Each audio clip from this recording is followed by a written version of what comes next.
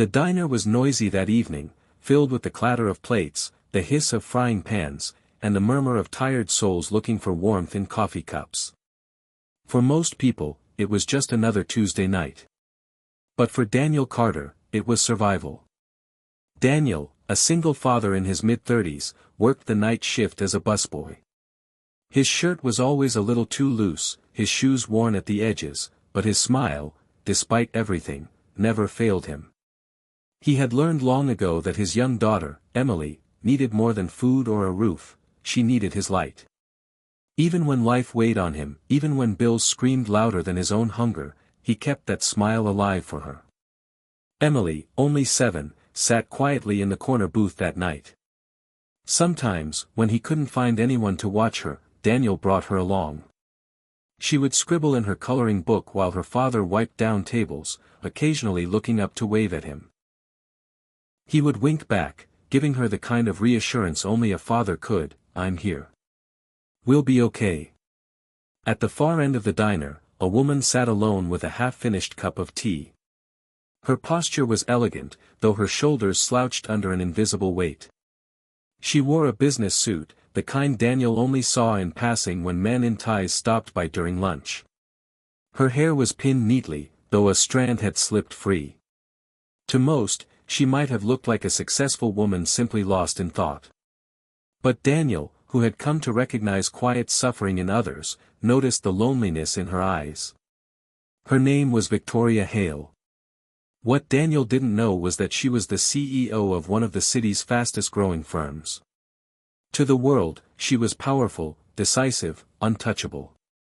But tonight, she was just a woman who had worked herself to exhaustion, who carried the crushing silence of an empty home after long boardroom battles. She didn't come here for food.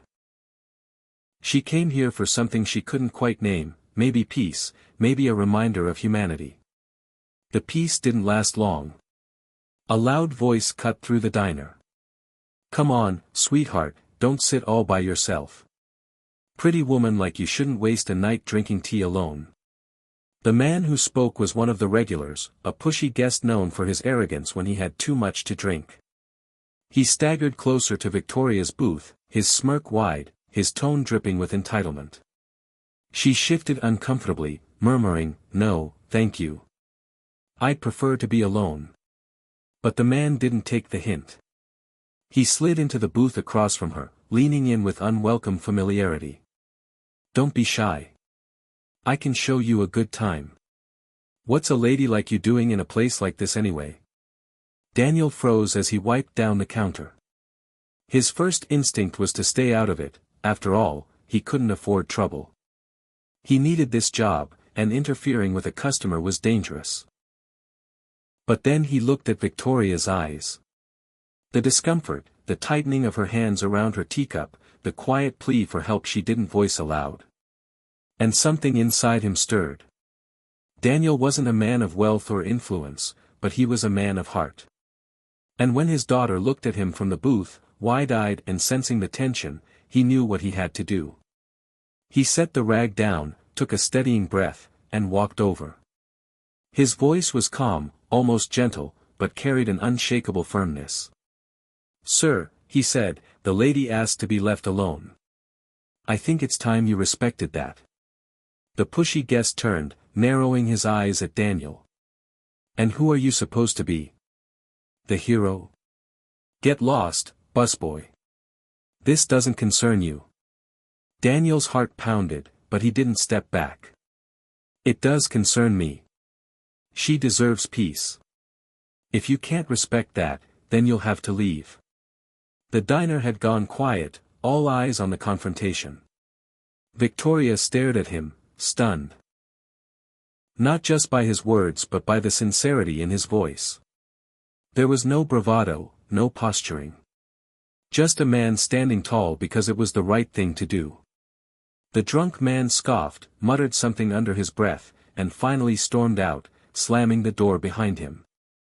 The tension in the room broke, replaced by whispers of relief. Daniel turned to Victoria, his expression softening. "Are you okay, ma'am?" For a moment, she couldn't speak. No one ever stepped in for her. She was always the one who had to stand up, who had to shield herself with authority and power. But here was a stranger, someone with nothing to gain, protecting her with nothing more than kindness. Thank you, she said, her voice trembling slightly.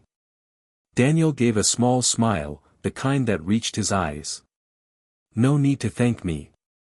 You deserve respect, like anyone else. And then he returned to work as if nothing extraordinary had happened. But to Victoria, it wasn't nothing. It was everything. She watched him from her booth, her mind swirling. She had walked into this diner invisible, convinced the world didn't see her beyond her title. Yet here was a man who had noticed, not her money, not her status, but her humanity. And strangely, it wasn't his words that stayed with her most. It was his smile, warm, unbroken by hardship, genuine in a way she hadn't felt in years.